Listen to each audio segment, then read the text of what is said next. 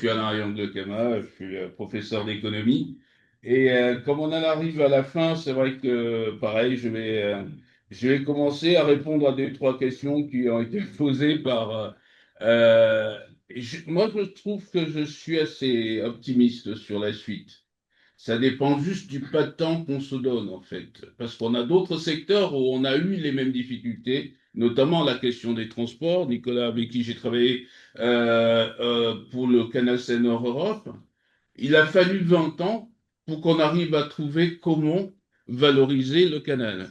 Et valoriser le canal par les impacts, par la prise en compte des impacts complets, par la prise en compte des externalités. C'est comme ça qu'on y est arrivé.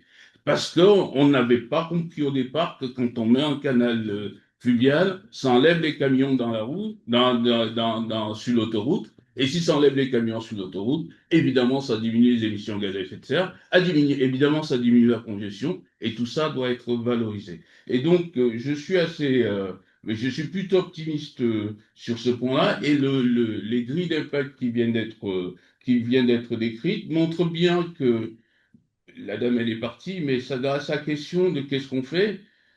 Il y a une réponse institutionnelle qui est construite là, c'est-à-dire que si on se met de la place des décideurs et que chaque association vient les voir avec un problème particulier, c'est vrai que c'est difficile pour le décideur de faire la synthèse de tout cela. Et ce que vous faites là, dans votre réseau, c'est la capacité à faire cette synthèse.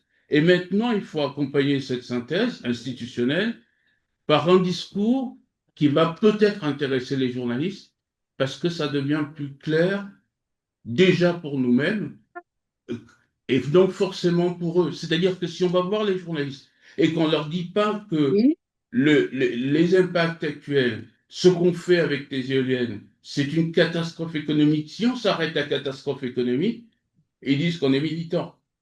Mais si on dit que c'est 54 millions d'euros, ça devient intéressant. Donc c'est à nous de construire aussi ces éléments de langage-là. Et la seule façon de le faire, c'est justement de rationaliser nos propres réflexions, de rationaliser la manière dont on construit. Et c'est pourquoi, je vais donner ma conclusion, la meilleure façon de rationaliser nos discours, c'est de les mettre en commun dans le cadre d'une étude socio-économique, les mettre en commun, on calcule tout, avec, comme ça a été dit par plusieurs des intervenants ici, on calcule tout.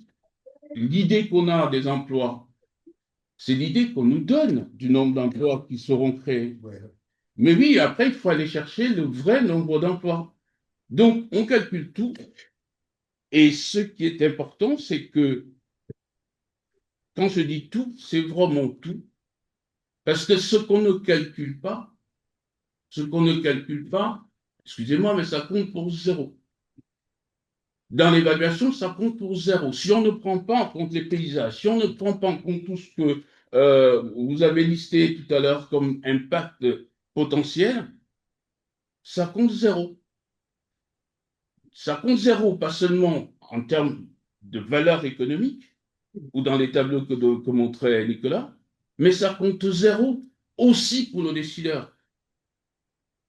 Donc, c'est à nous de lui montrer quelles sont les valeurs, à peu près comme on considère, sans avoir des valeurs absolues, mais les hiérarchies des solutions. Et qu'on pense que les hiérarchies des solutions, si on intègre les coûts de production, si on intègre les coûts d'installation, si on intègre l'exploitation, si on intègre le démantèlement, si on intègre tout ça, et qu'en plus on compte les impacts sur tout le monde, c'est-à-dire et les externalités, et le citoyen qui va payer sa facture, si on compte tout ça, voilà ce qu'on pense être les bonnes solutions. Et ça, il comprendra que si on met en regard les coûts complets, les bénéfices complets, au-delà de ce que viennent nous raconter les promoteurs, qui viennent parler de coûts financiers, de bénéfices financiers, et éventuellement quelques subsides pour les communes. Donc, si nous, on arrive à systématiser cette mise en regard entre ça coûte quoi à qui et combien, et même dans les discussions que nous avons, chacun des secteurs, chacun des acteurs saura s'il est perdant ou s'il est gagnant dans les mises en œuvre dans les solutions qui sont proposées. Et quelle est la solution qui est la meilleure pour lui, en termes de coût, en termes de prix et en termes d'environnement. Donc, c'est vraiment à nous d'essayer de construire, pour vous rassurer, doublement optimiste, on se pose exactement la même question en matière d'infrastructure de transport il y a 30 ans. Et pourquoi en énergie on a pris du temps, ça c'est ma propre lecture, c'est qu'on avait un champion du monde qui s'appelait EDF, qui faisait tout. Et donc, on lui a fait totalement confiance. On ne s'est plus posé la question de savoir comment il fait ses investissements et ainsi de suite. Et donc, quand on a ouvert, notamment aux renouvelables, même si je crois en renouvelables, parce qu'il y a des solutions renouvelables qui sont efficaces, c'est que quand on a ouvert, on a décentralisé et donc les acteurs privés sont arrivés dans la production. Et sauf qu'on ne s'est pas posé la question, quand on faisait les bilans de ces investissements-là, on s'intéressait que bilan financier, et puis on nous disait que ça allait créer plein d'emplois. Mais maintenant, on va progresser doucement, mais on va arriver à des solutions où, même si les financements sont totalement privés, et ça, même les préfets peuvent le comprendre, même si les financements sont totalement privés, c'est des investissements qui ont des impacts largement au-delà des bilans financiers.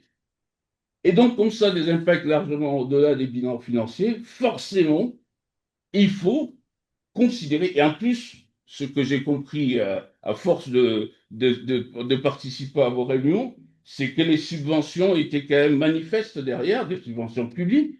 Donc, c'est pas juste le bilan financier, c'est l'euro public qui est mis là-dedans, qui aurait pu servir à autre chose. Et en même temps, ce n'est pas juste le promoteur qui bénéficie ou le je sais pas qui. Il faut savoir comment la société, donc comment tout ça contribue à l'intérêt général, comment tout ça participe de l'intérêt général, et c'est la seule question qu'on va se poser. Mais comme on a dit ça, si on reste théorique, ça ne va pas avancer. Je vais mettre la conclusion. Si on reste théorique, ça ne va pas avancer. Donc, il faut construire une méthode. Il faut construire une méthode pour être collectivement convaincant. Voilà, merci.